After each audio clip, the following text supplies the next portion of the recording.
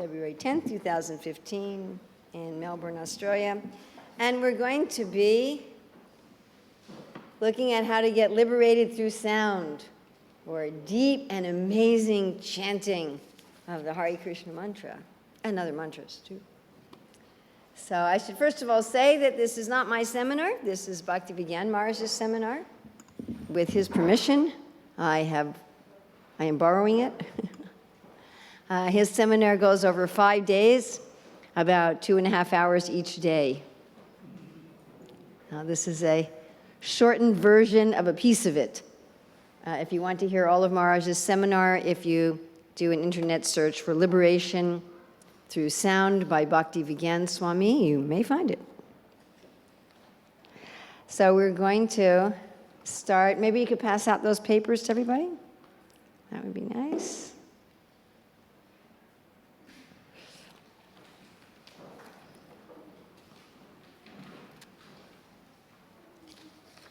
That's your little handy reference guide.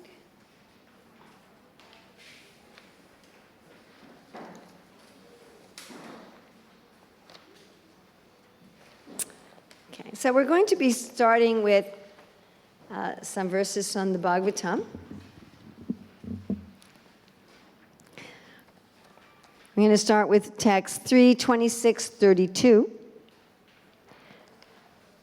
which Srila Prabhupada translates as, when egoism and ignorance is agitated by the sex energy of the Supreme Personality of Godhead, the subtle element sound is manifested, and from sound come the ethereal sky and the sense of hearing. And we're just going to read bits of the purport. Prabhupada says, I want you to listen carefully because I'm going to ask you questions about this. Especially anybody who's distracted by making garlands, I will especially ask them. Actually, whenever Prabhupada saw anybody doing anything else in class other than listening, he would give them a hard time and tell them to stop. So I will especially ask you in the corner. Yes. The verse I'm reading from is 3:26-32. Okay, what your paper there is just a handy guide because this is a little complicated and technical, and I found that if people don't have a little guide, it's hard for them to follow. But you don't have all the notes that I have. If you want all the notes that I have, you can request that electronically. Is that all right? So don't look on your paper for everything I'm reading, because you don't have everything I have. I have an extra, 6 sheets of paper here. Okay. And if you want that, you can just ask Kosturika, Devi, Dasi, or you and myself, and I will immediately send it to you electronically. But what I found is that if you give people 6, 7, 8 sheets of paper, they just leave them in the temple room and go home without them. So this is just a little quick guide summary as to what we'll be talking about. So we're starting again with Bhagavatam 3:26-32. And the verse again, when egoism and ignorance is agitated by the sex energy of the Supreme Personality of Godhead, the subtle element sound is manifested, and from sound come the ethereal sky and the sense of hearing. So I'm just going to read a little bit from the purport. I'm going to ask you to please give your full and rapt attention. Prabhupada said, it is stated also, thank you, in the Vedanta Sutra, that sound is the origin of all objects of material possession, and that by sound one can also dissolve this material existence. Anavritti Shabdat means liberation by sound. The entire material manifestation began from sound, and sound can also end material entanglement if it has a particular potency. The particular sound capable of doing this is the transcendental vibration, Hare Krishna. Our entanglement in material affairs has begun from material sound. Now we must purify that sound in spiritual understanding. Somebody tell me, what did Srila Prabhupada just say? Yes? We get entangled by sound and we can also get liberated. Okay, excellent. We get entangled by sound and we can get liberated by sound. That's we. That means you and I and all of us. Prabhupada said, our entanglement in material affairs. So it's talking about us, the living entities. What else did Srila Prabhupada say? Excellent. That's first class. What else did Srila Prabhupada say? All of creation comes from sound, And hence from sound can we liberate ourselves from creation? Okay, you got the second half of what Radhasanga Devi Dasi said, and you got the first half of Prabhupada's other point. So let's get the second half of Prabhupada's other point. The whole material creation comes from sound and... Sound can liberate. Sound can liberate us. Okay, there's two main points here. So one point has already been said. Our personal entanglement is through sound, and sound can liberate us. That's the first point. Second point, the whole material creation, it comes from sound, and the whole material creation can be dissolved by sound. So we have two kinds of creation here. One is ours, our little individual manifestation in this material atmosphere and its dissolution, and the other is the great big material creation and its dissolution. Everybody follow that? Yes? Okay. So then Srila Prabhupada at the end of the purport starts to talk about the big creation, where he says, from sound the ether becomes manifested, the air became manifest from ether, and he says we'll explain this later on. Okay, now we're going to move to the 11th canto, 11, 12, 17. Now, here Krishna has been talking to Uddhava about all different ways of attaining perfection and enlightenment, all the different paths that one can take to becoming a perfected being, an enlightened being. And Uddhava is very confused, and he says, okay, you've talked about all these paths. What should I do? Right? Do you ever feel like that? What should I do? What should I do? What am I supposed to do? So Krishna answers him, and he says, my dear Uddhava, okay, listen, phones are just fine, but the music has to match the meaning of what we're talking about at the time. It's got to be like perfectly coordinated background music, and then you can have as many. Wouldn't that be nice? Wouldn't that be really nice if we had a class where just at the exact dramatic moment, the right phone turned on with the right music? That would be great. If you can't do that, please put your phone on vibrate, and if you don't know how to do that, just tap the person next to you on the shoulder and ask them, and they'll show you. Okay, so when Uddhava is really confused and he doesn't know what to do, what path should I take? So Krishna says, my dear Uddhava, the Supreme Lord gives life to every living being and is situated in the heart along with the life air and primal sound vibration. The Supreme Lord also assumes a gross form as the various sounds of the Vedas, composed of short and long vowels and consonants of different intonations. Okay, now would you know what to do? And Krishna goes on in the next verse, saying, when sticks of kindling wood are vigorously rubbed together, heat is produced by contact with air, and a spark of fire appears. Once the fire is kindled, ghee is added, and the fire blazes. Similarly, I become manifest in the sound vibration of the Vedas. So this is Krishna's answer as to what is the ultimate path to enlightenment. Now, in the purport of text 17, chapter 12, canto 11, Vishwanath Chakravarti Thakur discusses how Krishna's speaking about how he's situated in the heart along with the primal sound vibration, refers also to Lord Brahma, and that the Lord enters through the chakras of Lord Brahma and comes up, starting with the Mula chakra of Lord Brahma, up through Brahma's chakra and out of his mouth. And when the Lord comes out of his mouth as the sounds of the Vedas, then everything is produced. All right.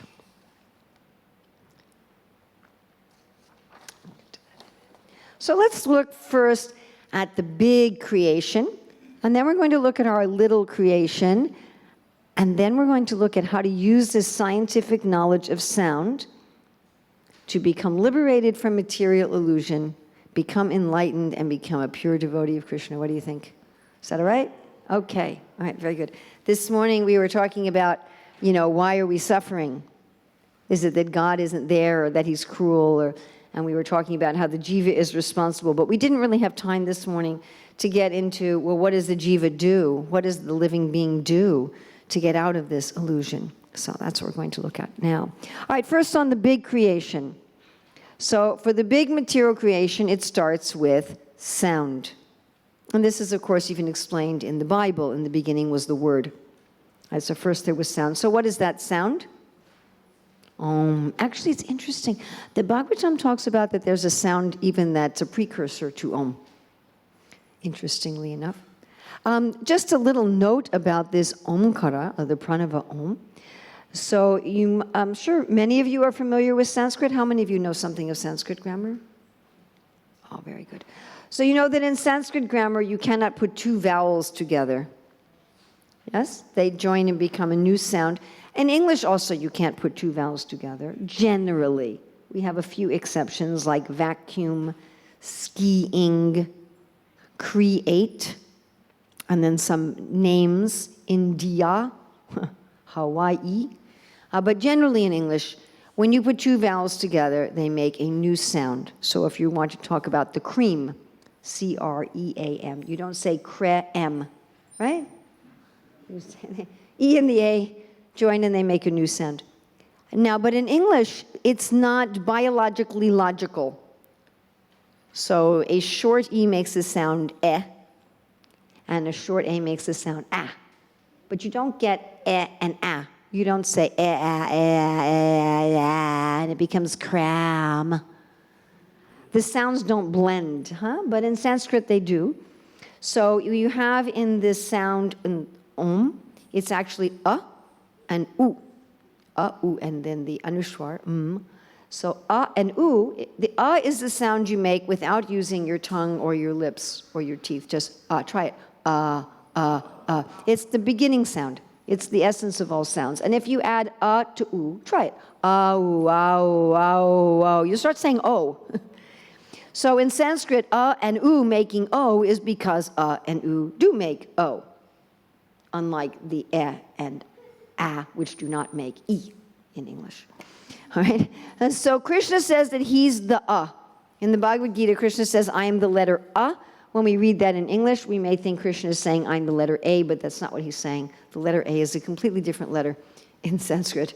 So we represent it with the Roman letter a for the sound a. It's really much more like a U. I don't know why somebody did that. But in any case, probably from Italian rather than English. So if you look at the Krishna says, I'm the That's the very beginning sound, the essence of all sounds. So Krishna says he is the And Jiva Goswami explains that the U is the Krishna's Shakti. Lakshmi, Radharani, Rukmini, etc., Sita Devi. And the Anushwar, the that's us, the Jivas.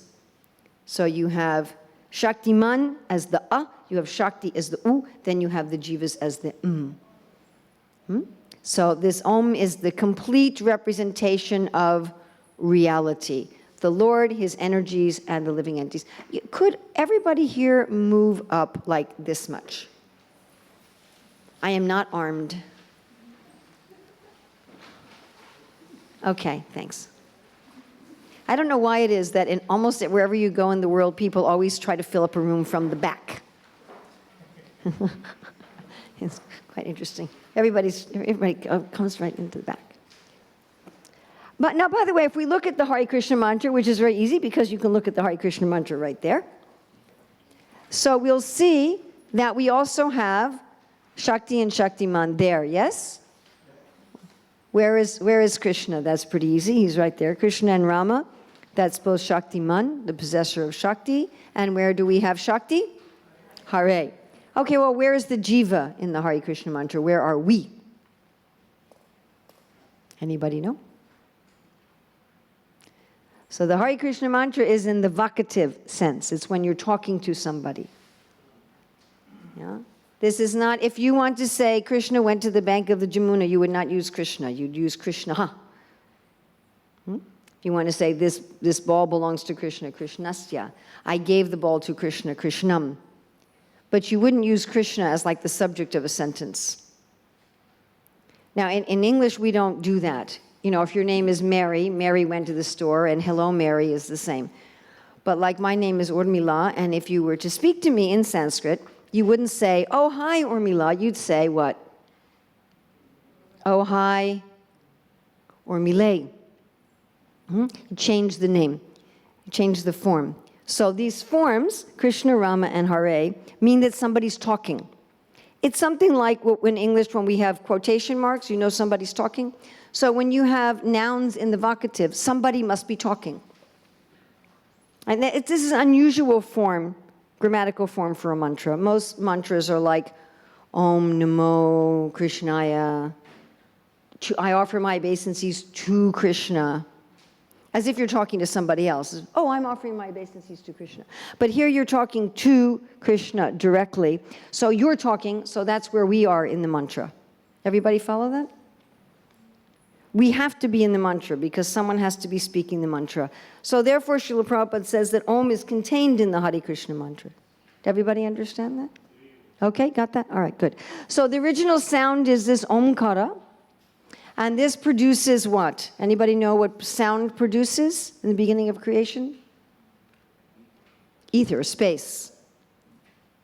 So space, that's the element we're least aware of. Generally, we understand space just by the defining boundaries around the space. Although really space defines everything. So sound produces space. And then from space comes what sense? Anybody know? The air, but first the sense of touch. First the sense of touch. Yeah, hearing is how you understand that there's space. So sound creates space, which you understand by hearing. From space comes touch, which creates, who said, somebody said? Air, which doesn't just mean the particular combination of gases that we breathe. It means any matter in a gaseous form. So that comes gaseous matter, and from that comes form, yes. And form produces fire, which doesn't just mean, again, what you turn on with the gas in your stove to cook something, but any radiant energy. So that it would include the light in this room, the warmth. Everybody feel the warmth in this room? So that is also fire. Okay, and then from fire comes water, it comes taste. And then from taste comes water, which again does not just mean this water, H2O, but it means any liquid form of matter. She's just totally fine. Yeah, just she's fine. It's okay. It's okay. She's fine. So all liquid matter, and from that comes smell, and from which comes earth, which doesn't just mean the big planet or the dirt. It means any matter that's in a solid form. So all of that's coming originally from sound. Right. Now, even modern science will agree with this, by the way, because this so-called solid object is mostly space, and it's made up of atoms and molecules, the parts of which are moving.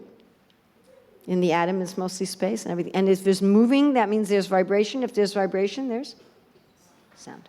So I'm sure you all know in Krishna book, in the Rasa Lila chapter, Srila Prabhupada says that the whole world is full of Krishna's. You don't know. You should know this. Singing. Prabhupada says the whole world is full of Krishna's singing. So by Krishna singing this original vibration, everything is manifested. And that means that everything is a manifestation of sound. Everything is a manifestation of sound. I mean, it's easy to understand that everything's a manifestation of sunlight. That's pretty easy. Is everything we eat a manifestation of sunlight? Yes, sunlight, water, and a little earth minerals, correct? Everything. Can you eat anything that's not sunlight, water, and earth minerals? Right. Everything is either that or eating that and eating that and eating that. Yes? Okay.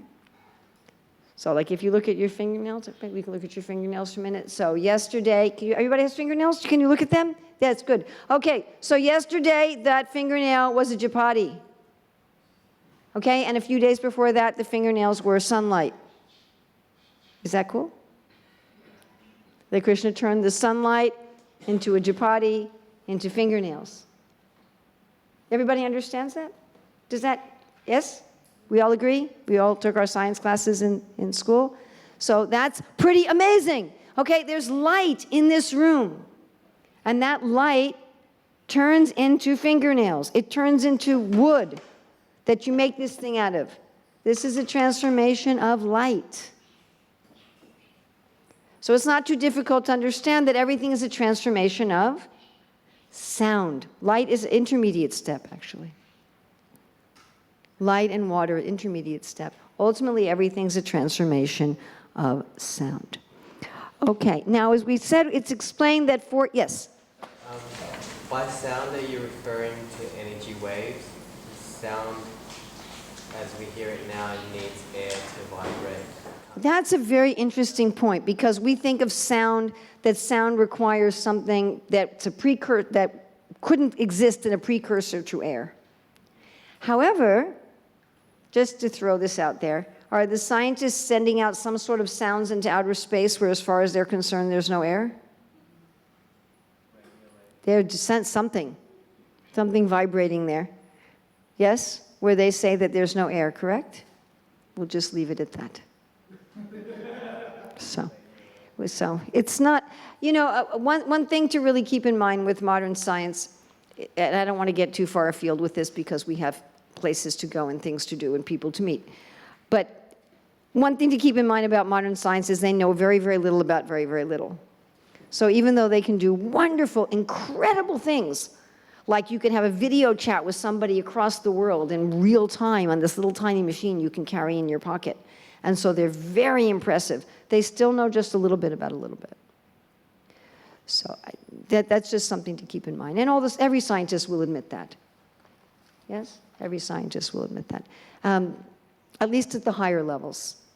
What I found is that when you're getting your bachelor's degree, they tell you that science and the empiric method is infallible. When you're getting your master's degree, they tell you that science and the empiric method is infallible. And when you start to take a PhD, they start telling you that science and the empiric method are completely fallible and they don't know what they're doing. It's quite an experience to go to your class, your PhD level class on the philosophy of research. And the first thing they tell you is the empirical method is flawed. Here are all the flaws with the empirical method. This is why we don't know anything. These are all the philosophies about what we know and what we don't know, and actually we have no idea what's going on. And you're sitting in the back of the class thinking, oh, this is what Prabhupada talked about when he said don't engage in mental speculation. And so you pull out your songbook and start memorizing Narottama Das Thakur's songs instead. Yes, may I help you? Ether. Where is the ether? Position of ether. What do we mean by ether? Space. Space. You can think of space as what defines everything. So space is where the liquids, gases, radiant energy, and solid matter all have their place. It's what gives meaning to everything.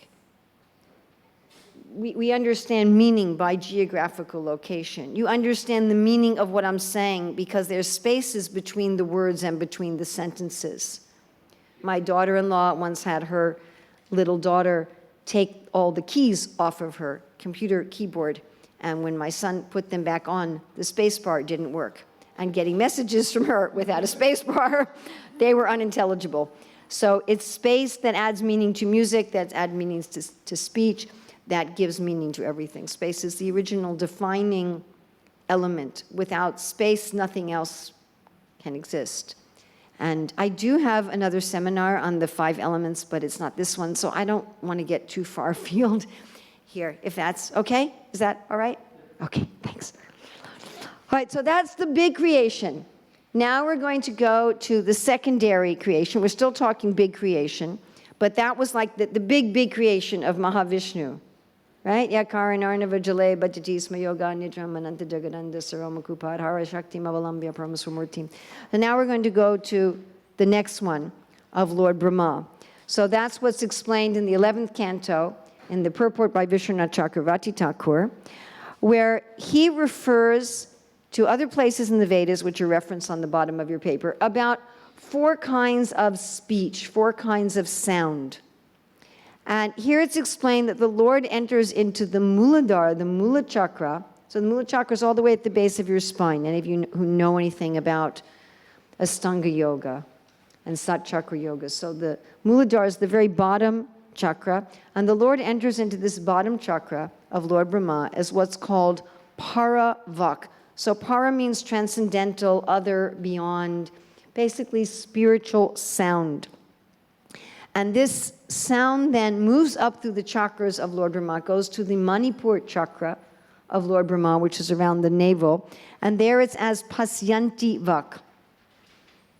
Then it comes up into the throat, the mouth, the palate, which is the chakra here, into the Visuddha chakra, and there it exists as Majjhima Vak.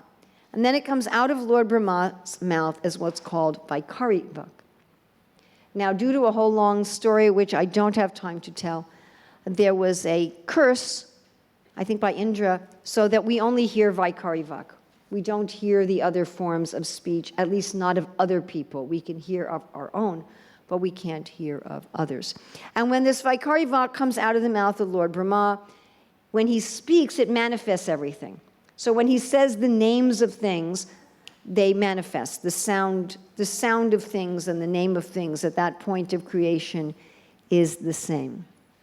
And that's how the secondary creation takes place. So the big creation of earth, water, fire, air, ether comes from the singing of the Lord, which then pervades all matter. And the secondary creation from Lord Brahma comes from the Lord entering the chakras of Lord Brahma and coming up as Paravak, Pasyanti Vak, Majjhima Vak, and Vaikari Vak. So now we've looked at the first point that Srila Prabhupada made in that third canto purport, where he said that the whole material creation comes from sound. And we know at the end, everything starts folding into itself and comes back to sound. Yes? In Bhagavatam, they say that so-and-so portion came from the back of Brahma, came from different portions. Well, it's interesting you bring that up. And again, I apologize that we don't have time to go there.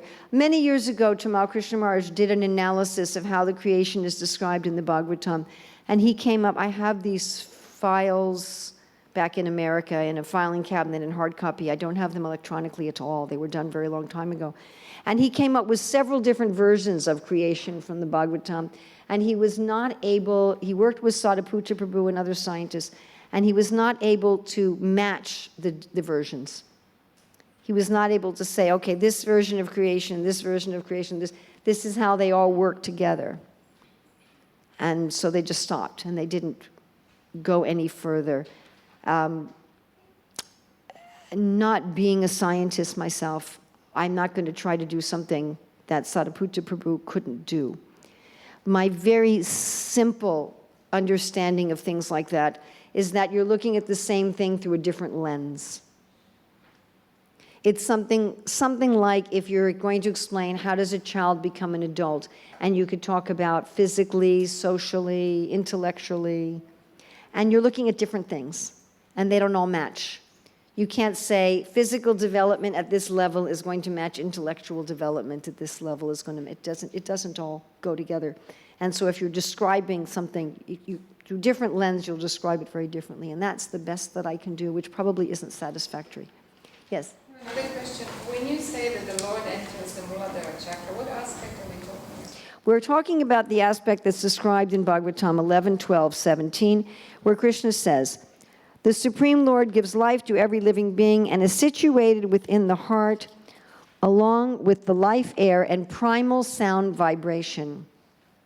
The Lord can be perceived in his subtle form within the heart by one's mind, since the Lord controls the minds of everyone, even great demigods like Lord Shiva. The Supreme Lord also assumes a gross form as the various sounds of the Vedas composed of short and long vowels and consonants of different intonations. And this is explained then by the Acharyas that what this means is that the Lord, in the form of sound, enters the Muladhara of Lord Brahma.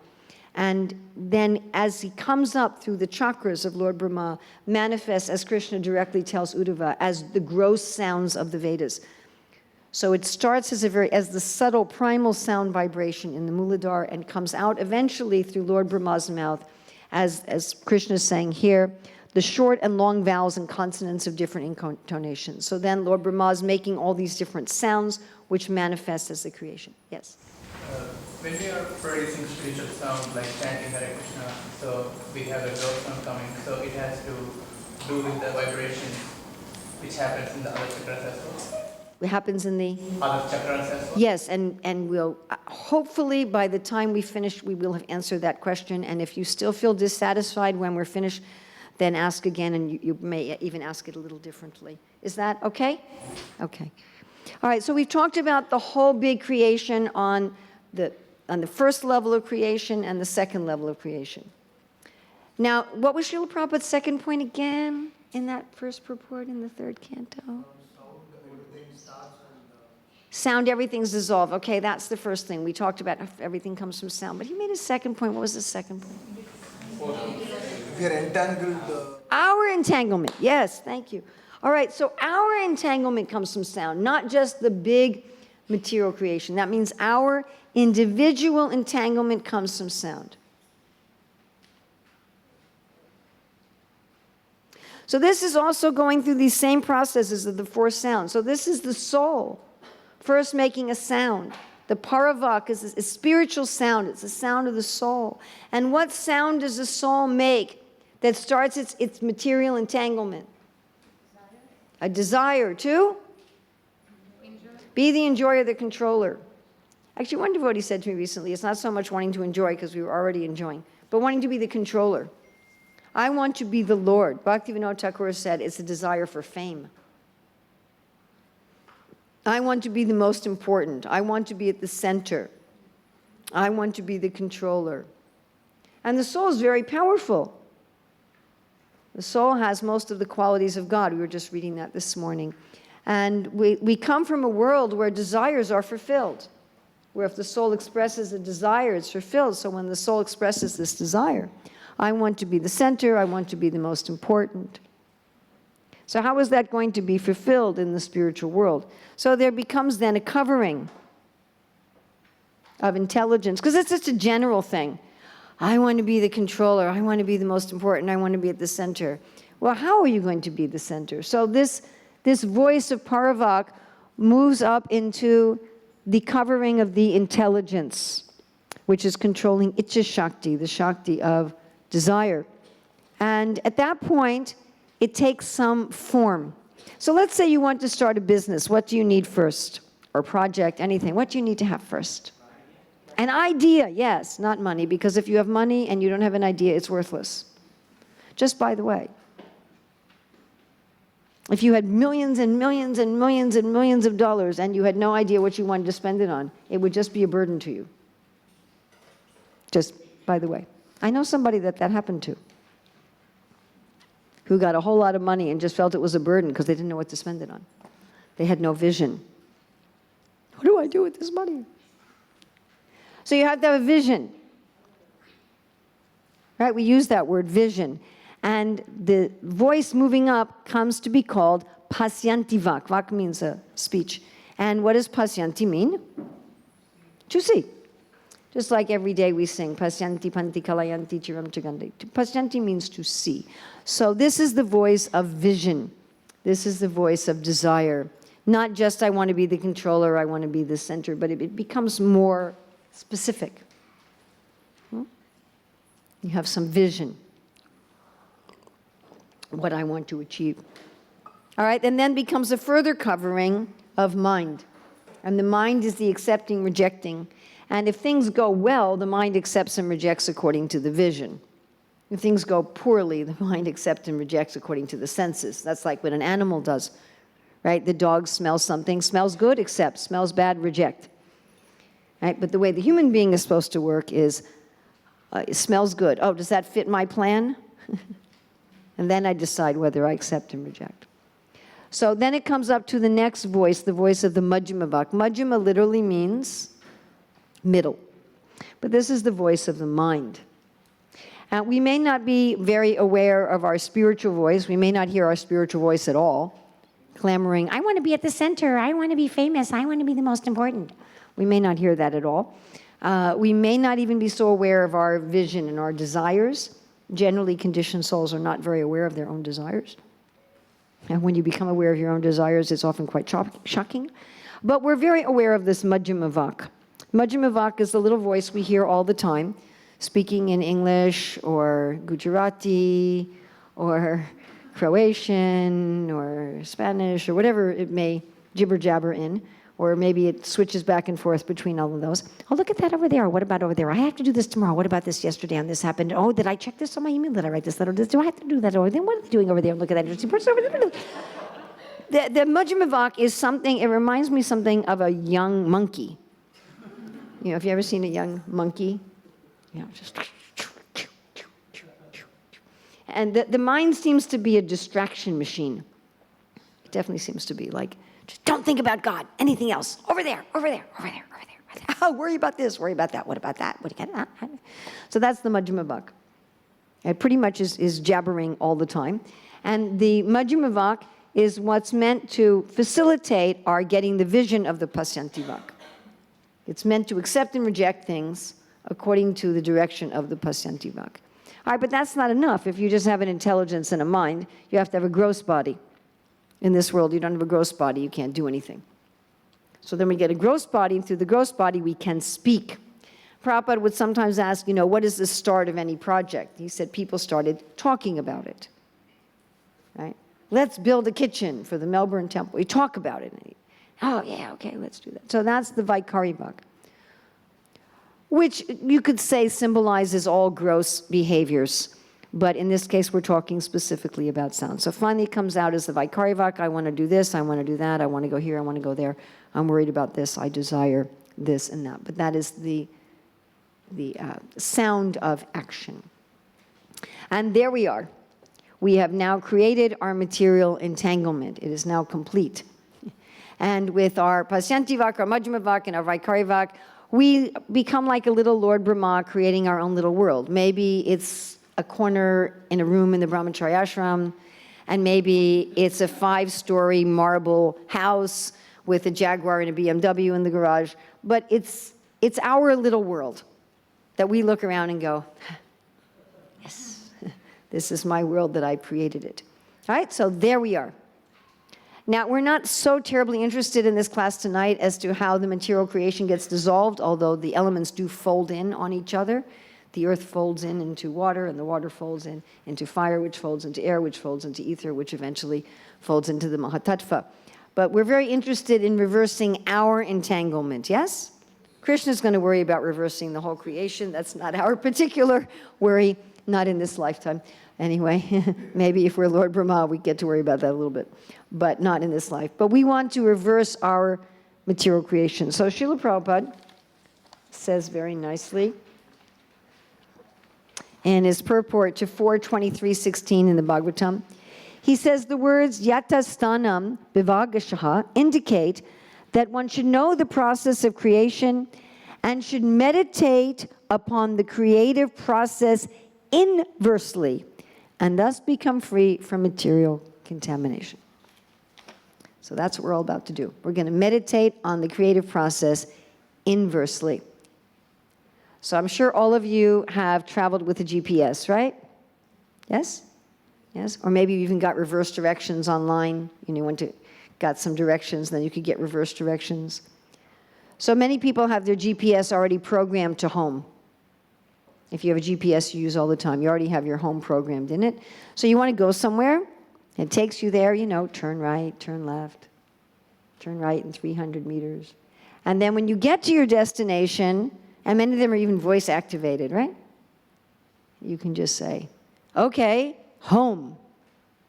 I remember my parents got one of the first GPSs, one of the really new ones when they were still like, you know, $2,000. And they called it Rosie. And so once they got to their destination, they were really proud of it too, you know, whenever you'd ride in the car with them. They'd get to the destination and they'd say, Rosie, home. And she would calculate how to get home. And when you go back, everything is reversed, yes? The right turns become left turns. The left turns become right turns. You go back. So that's what we're going to do now. We're going to go home. Everybody want to go home? Are we tired? Did we make a mistake? I think so, yes. So now we're going to go home. So the way we're going to go home is we're going to reverse. And the way we're going to reverse is we're going to take the spiritual sound of the liberated soul.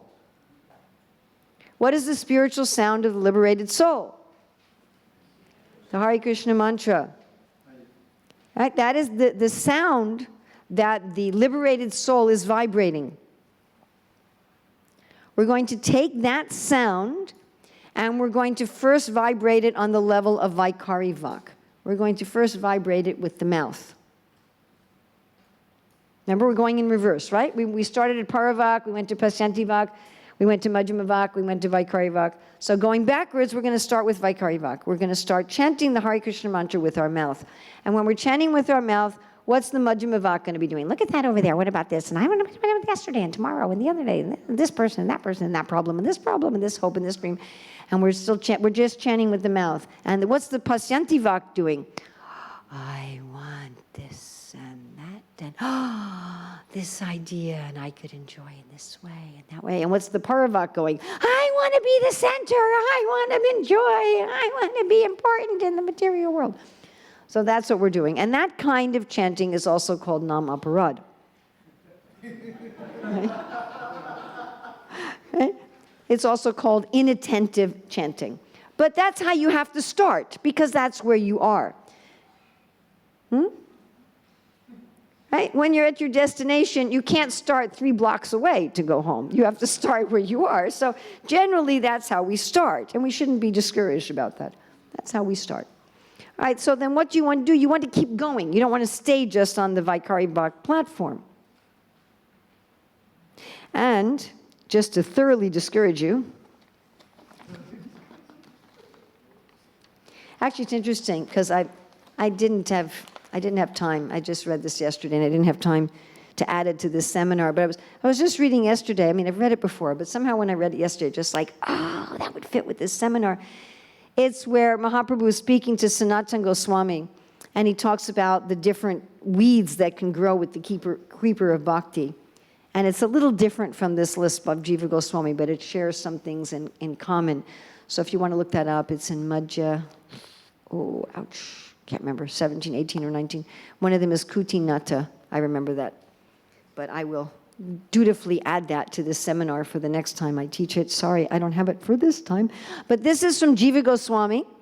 And he says, if you stay on the level of Vaikari Vak, now pretty much we all start that way. Pretty much. The only reason you wouldn't start that way is if you already progressed past that in another lifetime, or if you were very involved in some other system of yoga, so you started bhakti on a different platform, which, by the way, is not what we recommend. We don't recommend you first do another system of yoga and then do bhakti. It's more efficacious to just start with bhakti. But if you started another system of yoga, if you were doing karma yoga, jnana yoga, astanga yoga, and then you switched to bhakti, you may come into bhakti at a higher level. Or if you started bhakti in another life, you may come at a higher level. But generally, we all start at Vaikari Bhak. And that's fine. But Jiva Goswami says, if you stay there intentionally, if it's time to move on and you intentionally stay there, these are the things that will happen. And they're scary, and they're nasty, and they're just depressing. So he said, you'll get crookedness. You'll become crooked. You'll become deceitful. Because if you just stay on Vaikari Vak, you're not really making much spiritual advancement at all. Very, very, very, very little. You're really not getting much of anywhere. But if you keep doing that, you may become deceitful. Oh, I'm so spiritually advanced, when internally you're not. Faithlessness, you're not going to be getting much effect. And so you'll start to lose faith. You'll think, well, it doesn't really work. I'm chanting, and it doesn't really matter. There's one heavy quote, which I have in my other seminar in chanting, where Prabhupada said, if you're chanting mechanically and thinking about material things, it is useless. And then he has this long pause, and he says, or it will take a very long time. And he says, you're reading Krishna book, why can't you think about how Krishna is killing the demons and the cowherd boys are cheering?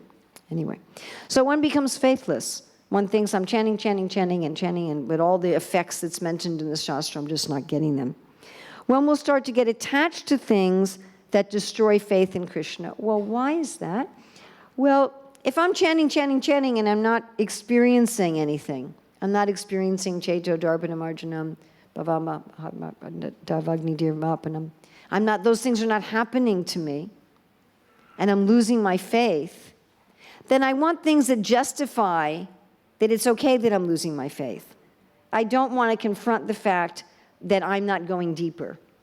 I want something to say, yeah, you shouldn't have any faith. There isn't anything there to have faith in. So I start becoming attached to things that justify my faithlessness. Then slackness in the process. Well, if I'm not getting anywhere, why should I be so strict about it? So people will they'll stop chanting, or they'll not even pretend to chant attentively. I mean, I've seen some pretty odd things that people do, even shamelessly, publicly in their chanting.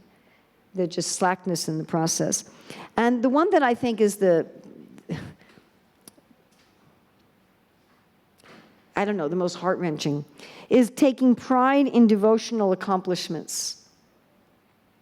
So one time I visited a temple I hadn't been to before, and this one brahmachari comes out. Hare Krishna, Prabhu. I am so-and-so Das. I am the temple commander. And he starts giving me his whole CV, his whole resume. And I'm just standing there at the gate like, okay, was I hiring for a job, or why are you telling me? And he's telling me everything he's ever done, how many books he's distributed, what he did in the temple, how many pots he washed, and all these things. And then he looks at me and he says, and so what department are you in? And I'm like, I don't know, troublemaking. I didn't quite know what to say. and I was really thinking about it. Why did this person who I've never met before, I've never seen since, why was he telling me all of his accomplishments? And when I read this from Jiva Goswami, I thought it's so easy to fall into this kind of trap. Because when you just stay on the level of Vaikari Vak, you're not really going much of anywhere. You just kind of started. When you start on Vaikari Vak, it's like you've gotten in the car and you've turned on the engine. So that's something. It's not nothing, but you're not going anywhere yet. And so if you're just there for a long time with the engine running and the scenery isn't changing, what are you going to do? If you don't completely give up the process, how are you going to convince yourself that you're making advancement? And how are you going to convince yourself that you become a very great devotee? Well, you start looking at what you've done externally. I've waved so many sticks of incense, I've chanted so many mantras, I've donated so much money, I've cooked so many kofta balls, whatever it is. You start looking at those sorts of things. And sometimes we even encourage that among each other. That this becomes the main way that we talk about other people.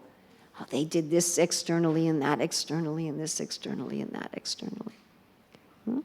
So if you see yourself falling into these kind of things, deceiving others, losing faith, getting attached to things that make you think it's good that you're losing faith, now you're finally becoming, really sober and intelligent and thoughtful, and becoming slack in the process, and judging your spiritual life only by the externals. These are all symptoms of intentionally staying on the Vaikari Vak platform when you are capable of moving on. To start there is fine. There's nothing wrong with starting there. It's accepted that we should start there. But we should go on from that. And Srila Prabhupada frequently says, we begin at the Kanista platform, but everybody should come to the Majjhima platform. Yes, you hear Prabhupada say this a lot? Everyone should come to the Majjhima platform. So that's what we're going to talk about now, to go on to Majjhima Vak. To go on to Majjhima Vak, to start chanting not only with the voice, but also with the mind. So sometimes this is referred to as hearing the mantra. So your mind and your voice are both chanting. This is also when Prabhupada has many quotes, which I collect, about how when one chants Hare Krishna, one should be thinking about Krishna. And he'll often say things like, you're seeing the deity, you can look at the feet of the deity, then the knees and the thighs, the belly, the chest. He said, so what is the difficulty to remember the deity while you are chanting? One time in Switzerland, Prabhupada said, chanting Hare Krishna means you imagine. He said, you imagine a diamond throne within your heart, and that you have seated Krishna there, that you are bathing him with Ganga and Jamuna water, you are dressing him, you are ornamenting him. And these things are not false, Prabhupada says. He says Krishna is actually accepting them. And I know of several devotees that really took this very much to heart. And every time they would chant, they would imagine a diamond throne in their mind and Krishna there, and they would imagine going through the whole process as the deity, and imagine going through the whole process of deity worship with their chanting, and Krishna eventually manifests. So their mental imagination of the deity receiving their worship, that Krishna manifested in that meditation. So we'll get there. So this is chanting on the level of Majjhima Vak, that the mind is fully engaged in the chanting. There's one nice quote where Prabhupada says, when you're chanting, you should feel the presence of Krishna, and you should think of Krishna like Krishna's talks on the Bhagavad Gita to Arjuna, and if you can't do that, then just try to hear the mantra very distinctly and sincerely. So all those sorts of instructions, remember Krishna's instructions on the battlefield, imagine you're bathing and worshiping Krishna on a diamond throne, remember Krishna killing the demons, or just hear this. If you can't do any of that, Prabhupada would say, just hear the sound of the mantra, or meditate on the form of the deity, and if you can't do that, just hear. He's all talking about Majjhima Vak, chanting on the level of Majjhima Vak. Now, when you start chanting on the level of Majjhima Vak, something very interesting happens. At a certain point, the Pasyanti Vak will join in. Pasyanti Vak is the voice of desire. This is the voice of attraction. And you can think of it with the Bhagavad Gita fall-down sequence for material things. By contemplating, you become attached. From attached, you get lust. So by contemplating the name, you become attached, and some desire awakens. Some desire awakens. Now that is a very auspicious thing. When that desire awakens, then you're really starting to enter into the higher realms of spiritual life. Now, sometimes that desire sparks in a very general way. Oh, I really want to surrender to Krishna. I really want to give Krishna my heart. Not intellectually. Not, yes, I'm convinced that I should give Krishna, it says right here. But as a feeling, as a desire, there's some emotion involved, and it's genuine. It's really, I remember one time I was in a town in South Africa. There's a family that runs a small temple, and they basically do almost everything themselves. What's it called? Something about flowers on fire is the translation of the Afrikaans. Anyway, so they run this small temple, and they also have like a little restaurant in the temple. Bloemfontein, thank you. So just this couple basically do almost everything with a little help here and there. And the wife is in the kitchen all day, and she's always smiling. And she's cooking these huge pots all day, every day, and she's always just, all the time, you know. She's working really, really hard from early in the morning till late at night, every day, cooking and serving and cleaning out with just a little bit of help here and there. And after being there a few days, I just looked at her in the kitchen, and I had a feeling, oh, I want to serve her. I want to help, right? You understand these kind of feelings? They're spontaneous feelings. It's not like, I'm supposed to serve her, she's working really hard, it's my duty, my mommy taught me that when I was 5. It wasn't that kind of a thing. It was just something that just came from within, out on its own accord. I didn't plan it, I didn't think about it. It was just, can I help you? So it's those sorts of desires coming from the Pasyanti Vak in relation to chanting. Okay, that's not the ultimate, but that's what we want to go for. There's desires. And then on a higher level, those desires come up very specifically. Oh, I want Krishna as my child. I want Krishna as my friend. I want Krishna as my beloved. Those sparks come up. And then what you want to do is you want to increase those sparks until they become a blazing fire. And you want to start chanting on the level of Pasyanti Vak, on the level of desire. So this is what we're talking about in the Shikshastaka, Ainanda Tanuja Kinkara Patitamam Vishame Bhavam Bhujo. That this is starting to be on the level of desire. Krishna, save me, take me home, engage me in your service. Not as just, Krishna, engage me in your service, Krishna, engage me. But there's that you really want that, and that it starts to become more and more and more and more and more consuming. And as that starts happening, remember this is Pasyanti Vak, it's the voice of not only desire, but of vision. So when this starts happening, one starts getting what's called spiritual television. You've heard Prabhupada talk about this, spiritual television? That within the heart there's a television set. And you can turn in, it's got lots of channels. It's got the Krishna channel, the Ramchandra channel, the Kurma channel, the Varaha channel. And you can tune in. And it's a really cool movie because not only can you see it, and it's not only in 3D without glasses. You can see it, you can hear it, you can also smell it. And you can also touch it, and you can also taste it. Okay, but it's still material. We're still just, we haven't gone down to the spiritual. And then chanting on that level, and especially once one specific desire for Krishna service awakens. And gradually then, one comes to, the soul starts to really awaken. And one starts chanting on the level of paravak. The soul proper starts to chant in its own voice. And at that time, one will come to the point of seeing Krishna face to face. And then one is no longer really within this material world, although externally it may seem that way. And then everything has been reversed. Then we have come, then Rosie has taken us home, and we are back. And then everything, then there's full integrity.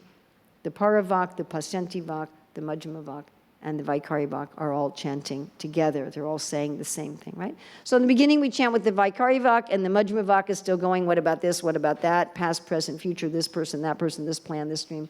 The Pasyanti Vak is going, that's my vision, and the Paravak is going, I want to be at the center. And then you start chanting also with the Majjhima Vak, but even then, the Paravak still has this vision of enjoyment. The Pasyanti Vak still has the vision of enjoyment, and the Paravak is still saying, I want to be at the center. And then one starts chanting with the Pasyanti Vak, but still the Paravak is saying, I think I still want to be at the center, probably. And eventually one's chanting also with the Paravak. And this is compared, as we already read, Krishna comparing this, in the 18th verse of chapter 12 of the 11th canto, where he said that when you want to create a fire, no, you don't have that. I'm sorry. As I say, I don't give you everything. If you want everything, you have to email me and you can get everything. And he says, when sticks of kindling wood are vigorously rubbed together, heat is produced by contact with air and a spark of fire appears. Once the fire is kindled, ghee is added and the fire blazes. Similarly, I become manifest in the sound vibration of the Vedas. That's what we want. We want that when we chant, we hear Krishna and his name are the same. But we want realization of that, yes? We want Krishna to manifest in the sound. Something like you have the deity, somebody carves the deity out of stone, correct? And then you invite Krishna to manifest in the deity. So we are asking Krishna to manifest in the sound. Because originally everything is Krishna. So we're asking him to manifest in the sound. So he's saying that happens in the same way you start a fire. Now it's a little hard for us because this is not how we start fires today. So if Krishna were talking to us today, he might give a different analogy. But as he's given this analogy, we're going to use it, even though it's not so much within our experience. But if you're first going to start fire by friction, so you're rubbing, and Krishna says that you get heat. You get heat. Of course, first, before you get heat, what do you get that he doesn't mention here? Anyone who's made a fire like that? Smoke. You get smoke. And I think a lot of us notice that in the beginning stages of chanting, a lot of what we have to deal with is the surfacing of our anartas and the facing of our anartas. But then you get this heat. So this heat is the Majjhima Vak becoming engaged. As soon as you're chanting on the level of Majjhima Vak, you will feel some heat. You start feeling some real effect from the chanting. If Vaikari Vak, very little effect. But as soon as the Majjhima Vak's involved, as soon as you're chanting on the level of speech and mind, there's some heat. You'll start developing some of the qualities of Sattva Gun, for example. You'll find you're more peaceful, you're more forgiving, you're more equipoised, you're more detached. A lot of material desires just kind of, you just see them for what they are and they just fall away. And you start to feel some real pleasure in chanting. And then the next thing Krishna says, you feel some heat and then you get a spark. So the spark is the Pasyantipaka. Now, sometimes when devotees are chanting really nicely on the Majjhima Vak platform and these sparks come, they just kind of watch them. Wow, there's a spark. Oops, went out. When am I going to get that again? 5 months ago when I was chanting, there was a spark.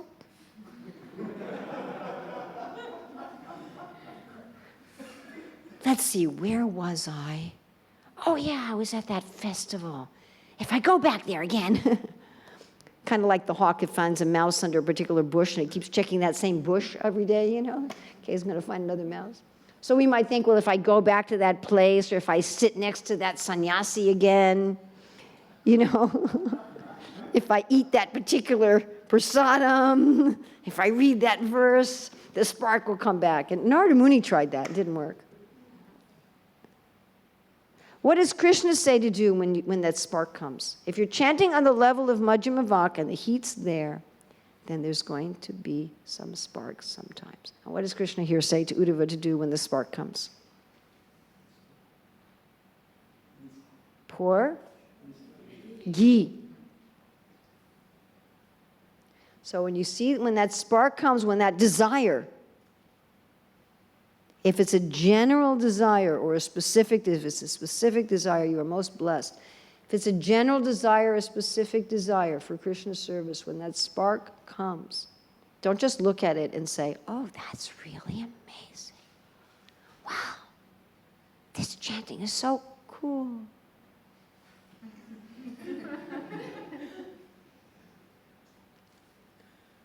No, it couldn't happen to me. I'm not advanced enough. I must have imagined it. Pour ghee on it. Nourish it. You want to nourish it. You want to feed it. It's something that's very precious. You could also take it that these sparks are really a way of Krishna testing you and inviting you. Do you want me? Do you want me? Here's a little desire. Do you like it? Do you want more of it? So how do you nourish it? You nourish it by meditating on it, by focused hearing and chanting, by focused association. Anything you can do to nourish that spark. And please don't run away from it, but dive into it and nourish it. And when you nourish it with ghee, then it becomes a fire. And that's what we want. We want the fire, and the fire is that of Pasyantivak, which then awakens the Paravak. Now, of course, in the beginning, if you're trying to start a fire by friction, it is hard work. And Prabhupada says, like until Nista, he says, it's a hard struggle with determination. So, but once Nista comes, everything comes very easily. Basically, you want to get through that stage as quickly as possible. You want to get through the just chanting on Vaikarivak as quickly as possible. You get in the car, you start the car, and then you start going somewhere. Otherwise, you end up with these problems that Jiva Goswami talked about. And staying on that level where there's not even any heat, where there's just smoke and hard work, is not a fun place to be. I really don't suggest it. And someone can stay in that state where there's just smoke and sweat and hard work as long as you want. There's no like particular automatic time. It's not like a school where, you know, you finish this course and then you go on and you finish this. It's not like that. So it's a question of us. So you can stay at that platform just for a moment, and you can stay at that platform for lifetimes if you want. It's not some automatic thing. Does that make sense? Okay, so we're going to do just a little demo, and then we'll have time for a few questions. And if you're really interested in this topic, again, I would suggest that you do a search for Liberation by sound by Bhaktivedanta Swami, and listen to the whole seminar, which is about 20 hours long. And he goes into this topic much more deeply, and then he gives a whole framework to it far, far beyond anything I can do in about an hour. So we're going to do a little experiment here. And well, the way we're going to do this, which I found to be most efficacious, is we're going to first try to work with Pasyanti Vak, then we're going to add Majjhima Vak, then we're going to add the Vaikari Vak. So I found this to be the best way to give a little demonstration of what we're talking about. So I'd like everyone, first of all, not to remember, but to actually go to a time,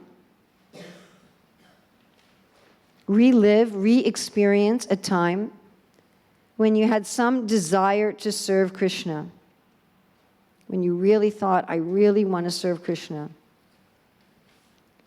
I really, really want to, I wish I could love Krishna, I wish I could serve Krishna. And bring back those feelings so that you feel them again now, and you're reliving that now, and you're there again now. Sometime when there was some real desire, I want to serve Krishna, I want to be with Krishna, I want to love Krishna.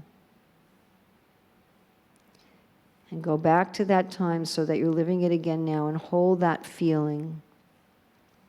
And if you never had that experience, then go to a time when you felt very detached. Not remembering, but feeling it again, where you just felt disgusted. I don't want material life anymore. It's boring. It's foolish. It's useless. I'm finished with material life. And again, find that feeling so you feel it deep, and hold it. And if you never felt that, then go to a time when you were curious and you were wondering, is there a God? What's life all about? And get that feeling of intense curiosity. So now, holding that feeling of either I really, really want to find Krishna, I really want to love Krishna, I really want to serve Krishna, or that feeling of just being disgusted and detached with material life, or the feeling of curiosity. So we're now going to add the Majjhima Vak. We're going to chant in our mind without making any audible sound. We're going to chant together in our mind, holding that feeling, 3 times the Hare Krishna mantra. It can help if you scream it in your mind. We're not going to make any sound that anyone can hear. It could also help if you visualize perhaps the deities, or you can visualize the words of the mantra so that your mind is totally fixed on the sound. So starting now, we're going to chant the whole mantra just in our mind, holding that feeling 3 times.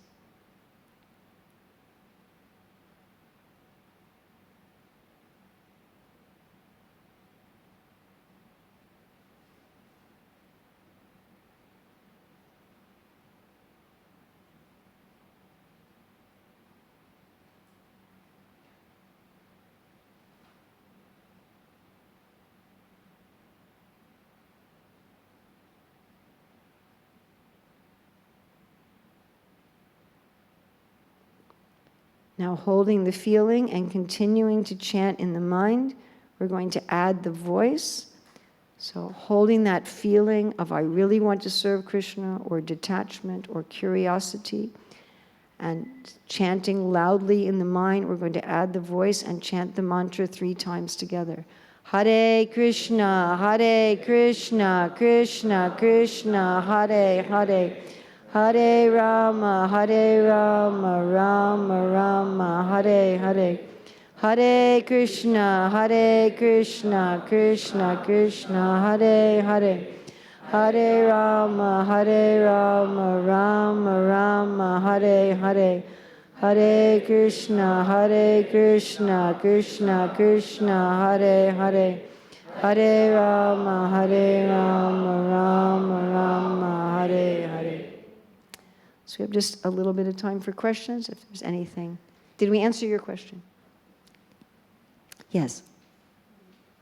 It's like we we sometimes, we try to chant attentively, but it seems as though it's almost not under our control.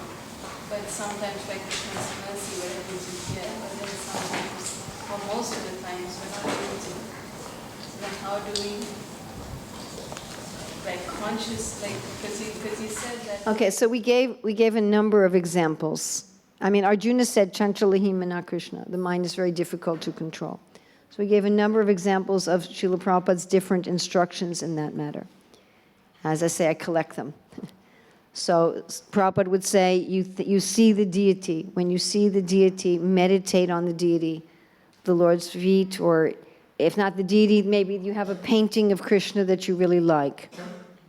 The deity form on the altar, the deity form in a painting, and meditate on that form so that you can bring that form to your mind without effort at any time. This is an instruction that Srila Prabhupada repeats many, many, many, many times. That one of the purposes of deity worship is so that at any time during the day, you can bring the form of the deity to your mind. And then when you're chanting, meditate on the deity going from the feet to the face. Another instruction that he gives is that you can imagine that there's a diamond throne in your heart. He uses the word imagine. And that you put Krishna there, and put Krishna there in the form of the deity. So you have a diamond throne in your heart, and the deity, you can have the deity here, or if you like the deities in Vrindavan, or in Mayapur, or in France, or wherever you want. It should be don't do it like, oh, I should be this, whatever you're going to feel attracted to. And your deities in your heart, and you're bringing water from the Ganges and the Jamuna. This is nicely explained in the Nectar Devotion. Everyone's read that about the Brahmana who did that every day for many, many, many, many years. And then you can imagine, you don't even just imagine that you're buying Ganga Jal from the shop. You can even imagine that you're going to the Ganges, and you're getting the Ganges water, and they're getting the Jamuna water, and you're bathing Krishna with these waters in gold and silver pots, and you're massaging him with oil, and you're dressing him, and you're ornamenting him, and you're giving him very nice foods. And Prabhupada said this in a lecture in Geneva. He said, chanting Hare Krishna means that you imagine you have a diamond throne in your heart. And he said, and if you chant Hare Krishna and think about Krishna this way, wherever you go will become a holy place. And then there's another place where Srila Prabhupada says, if you're just chanting mechanically and thinking of mundane things, it's all useless, or it will take a long time. And then he says, don't you read, what is the use of your reading Krishna book? When you're chanting, you meditate on how Krishna is killing the demons and all the cowherd boys are clapping. Many, many times, Srila Prabhupada talks about meditating on Krishna speaking the Bhagavad Gita in relationship to chanting. That's a frequent thing that he'll say. They'll say, you feel the presence of, when you're chanting, you should feel the presence of Krishna, and you can remember these talks with Arjuna. And then he'll say, if you cannot do that, then simply try to hear the sound vibration. And simply try to hear yourself chant distinctly, or try to hear yourself chant sincerely. So if you say, well, I just can't do that.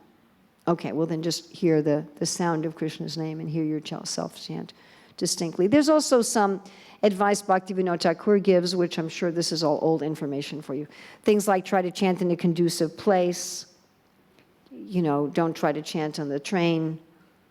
For your 16 rounds, chant at a conducive time, with good company, with a tulsi tree. During the rest of the day, don't fill your mind up with garbage. So, I mean, these are, I usually discuss that more in a different seminar on chanting, but those are just common sense things. So if all day long all you're reading about is who's winning the cricket game, and what, Hollywood star just got divorced for the 10th time, and if that's what's going through your mind, or even, would you know so-and-so at the office just got a divorce? I mean, if that's what's going through your mind, then when you sit to chant, that's what's going to be going through your mind.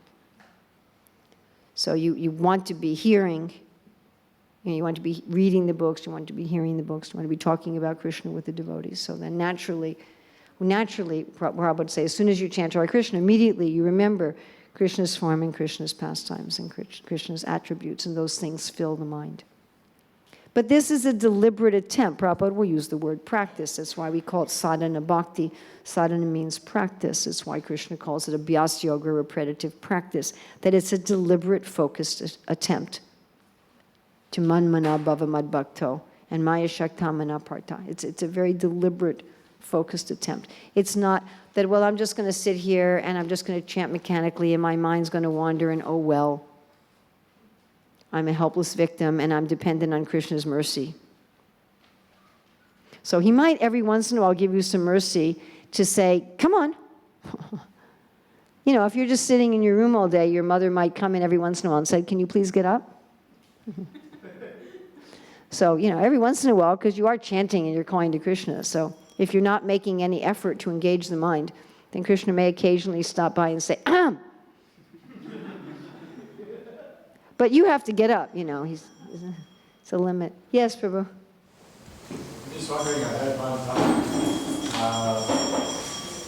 the Prabhupada, when they were building all the temples in the early days, they were chanting, they said, Prabhupada, we're so busy, we can't think of Krishna while we're chanting. All we're thinking about is the stuff we have to do through the day. Do you have any suggestions on, is that okay? I would really suggest that you don't do that. And my own analogy for that, I remember one time when my husband said to me, you know, the only time we're spending any time together is at the morning program. Otherwise, we're just always busy all day. And we decided that we were going to spend an hour together in the evening after he finished work. And it was such a difference just to have time just to be together. There was one American president. We had, in America, we've had more than once where a father and then a son became president. One was with John Adams and John Quincy Adams. And the son was one of 14 children. And he said that Thursday at 6 o'clock was always his favorite time, Thursday from 6 to 7, because what his mother did with each of the 14 children was each of them had an hour a week where she was just with that child. And that was his hour. Thursday from 6 to 7 was his time his mother was just with him. So there's a difference between working for somebody, even if you're thinking about them, and just being with them. There's some difference. If I'm doing things for you all the time, and I'm working for you, and even I'm absorbed in thinking about you while I'm working for you, still, if you love me, if you're my friend, or you're my wife or husband, or you're my child, or you're my parent, or whatever, you might want to just be with me just to be with me, yes? So especially our time with chanting, and especially our japa, which is very, very personal. In kirtan, we're with Krishna and all the devotees. With japa, it's just us and Krishna. And that's our time to be with Krishna. You know, so if you're hanging out with your friend and all your friends thinking about is what they're going to do for you later, might that be a little disturbing? You might want them to really be with you now and just be attentive to you. So japa is very much like, especially japa. Kirtan also, but kirtan it's a little different because we're with all the devotees. So we're more being with Krishna with all the devotees.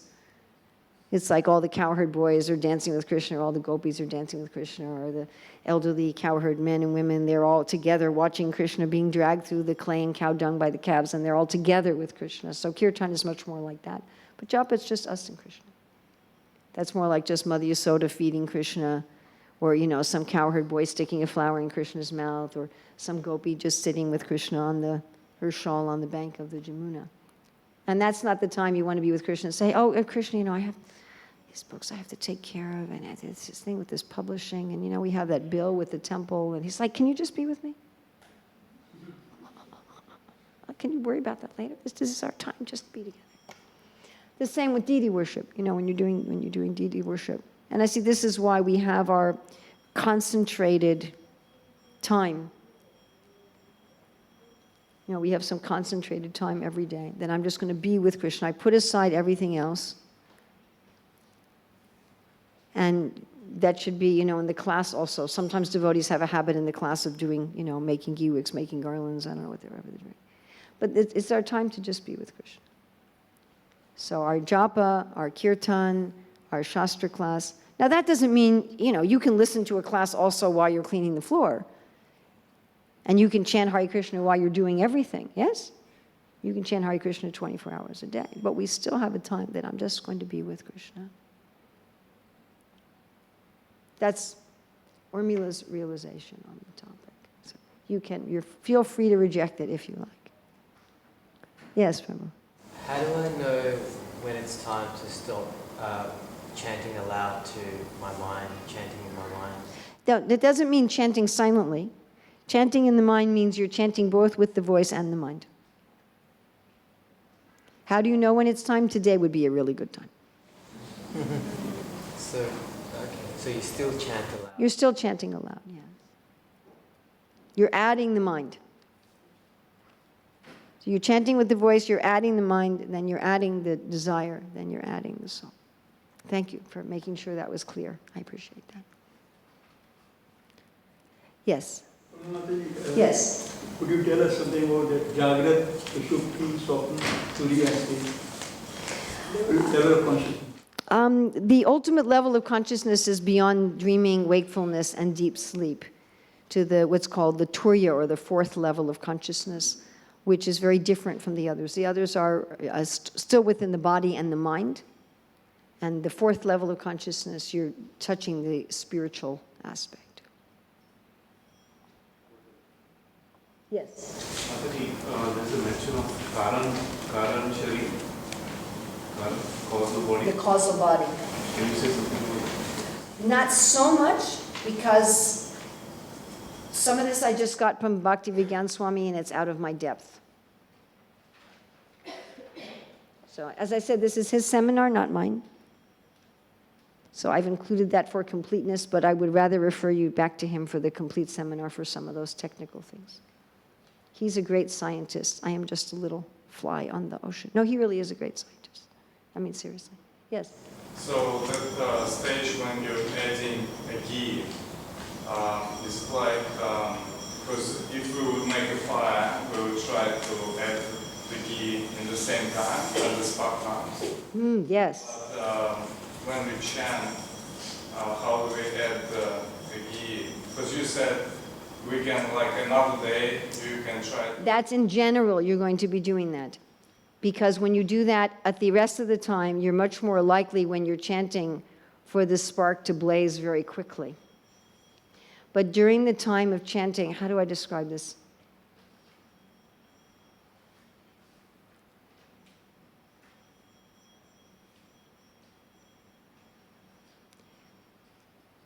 The way that you would add ghee when you're chanting is to really go deep into it. Don't be an observer.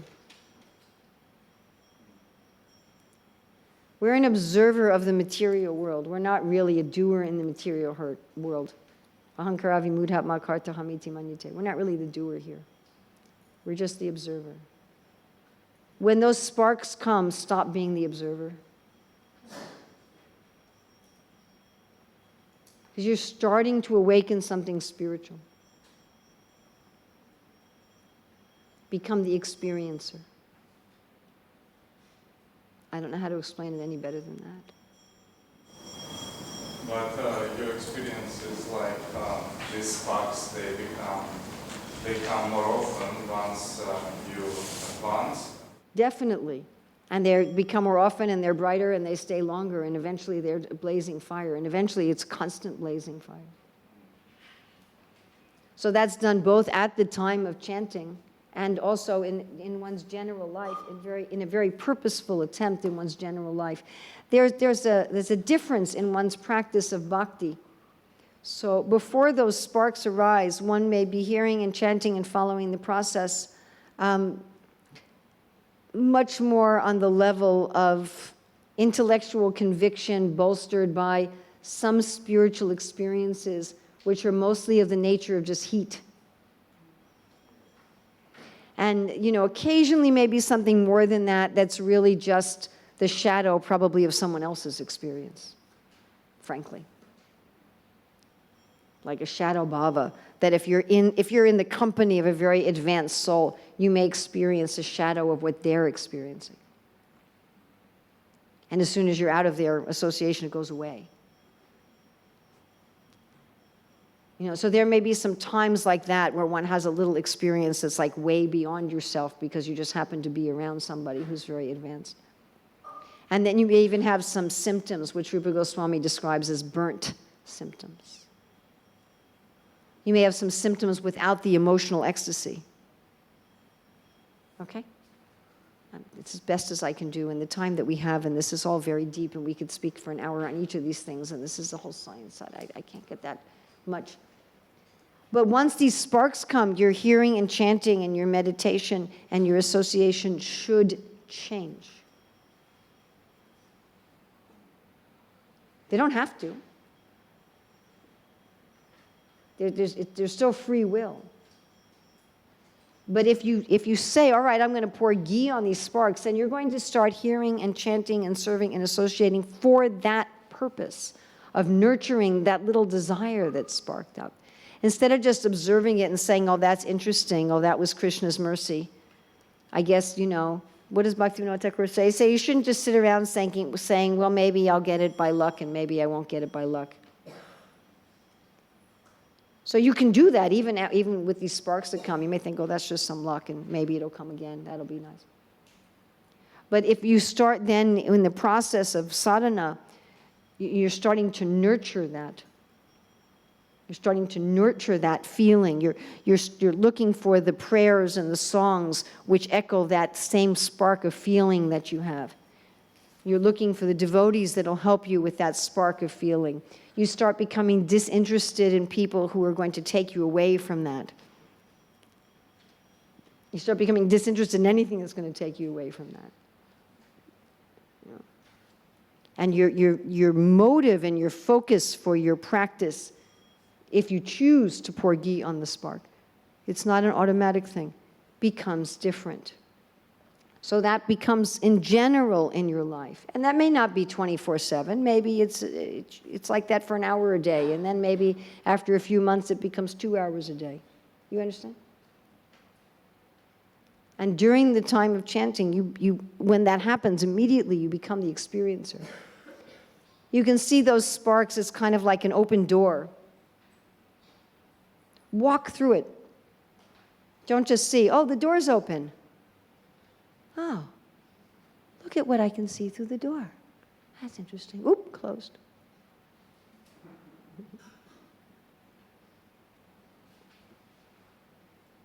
Does that make sense? I don't know how to explain it any more than that. We're talking about something on the level of desire that we start having some problems with language. Yes? That is, I want to know, on the Vaikari Walk platform, the mind is constantly thinking. The mind is just somewhere else. The beginning of the chanting, always that's happening. When we first start chanting Hare Krishna, generally we will chant in that way. Generally. 3 to 4 rounds. Generally it will be like that. So some people it's not. I mean, some people the first time they chant, they actually chant at a very deep level. Sometimes that happens. Is it like, in order to chant in a very high platform, does it involve our previous word karma as well? Well, if you have some really good, if you've already gotten to a high platform of bhakti in a previous life, then you might immediately start your chanting on a very high platform, yes.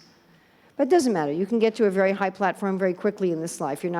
That's not just some kind of lottery, Well, I missed out on the past birth lottery, so it's not like that. I mean, we can make whatever excuses we want.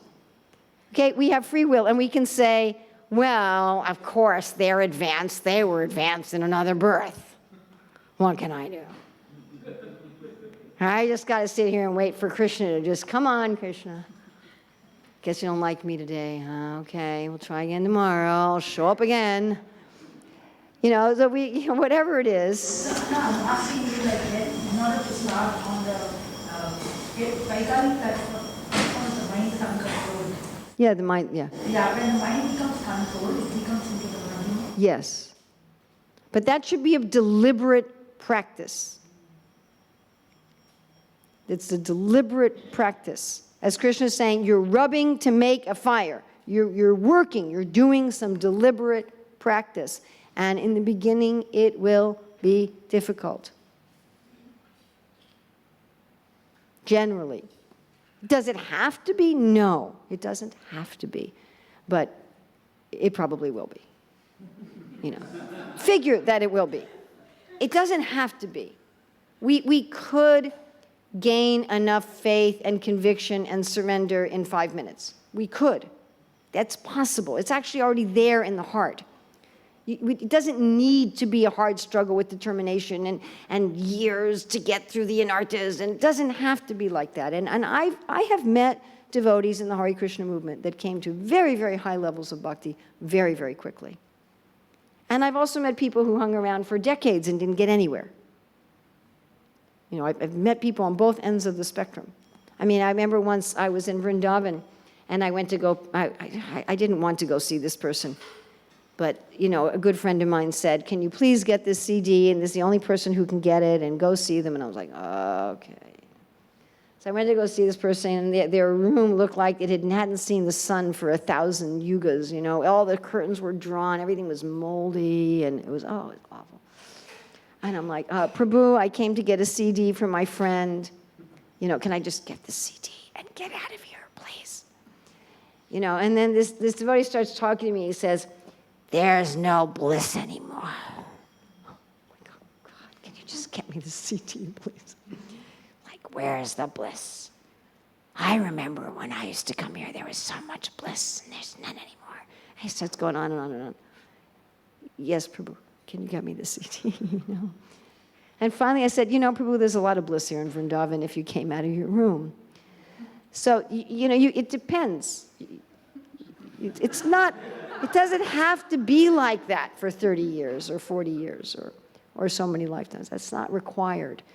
It's not like, okay, an art in the Vritti is going to take a long time, and it's going to take me 10 or 20 years no matter what I do. I've just got to sludge through it. That's not necessarily true. You could go through an Arjuna Vritti in a day or a week, you know. It's all right? Or you could take a few lifetimes. I mean, it's really up to us. You could say, well, Urmila, isn't it about mercy? But the mercy's already there.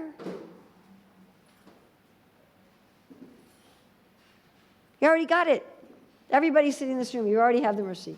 Yes? It's Prabhupada right there, Krishna right there, and Gaura-Nitai is right there. You don't have to do something more. The mercy's already there. You can take one more, and then we're definitely going to stop. Yes? Do you think doing meditation and physical yoga helps in this process? You want to be careful you don't do yoga mishra bhakti.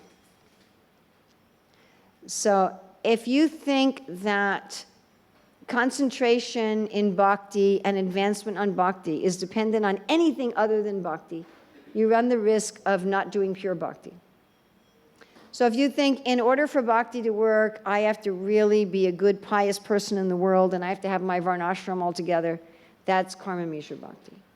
If you think, in order for bhakti to work, I have to become detached and disgusted with the material world, that's gyan mishra bhakti. If you think, in order for bhakti to work, I have to master the asanas and the pranayam, then that's yoga mishra bhakti.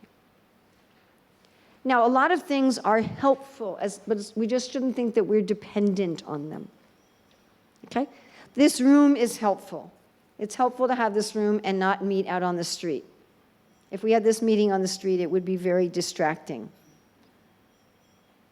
But the room is not necessary. We could have this meeting on the street. It's not necessary, but it is helpful. So if something helps you, do it. But just don't think, as soon as you think it's necessary, because it's anyabhilasitastranyam jnana karma anavritam. You can have jnana and karma and jnana karma adi. You can have jnana, you can have karma, jnana, and yoga, but don't let them cover the bhakti.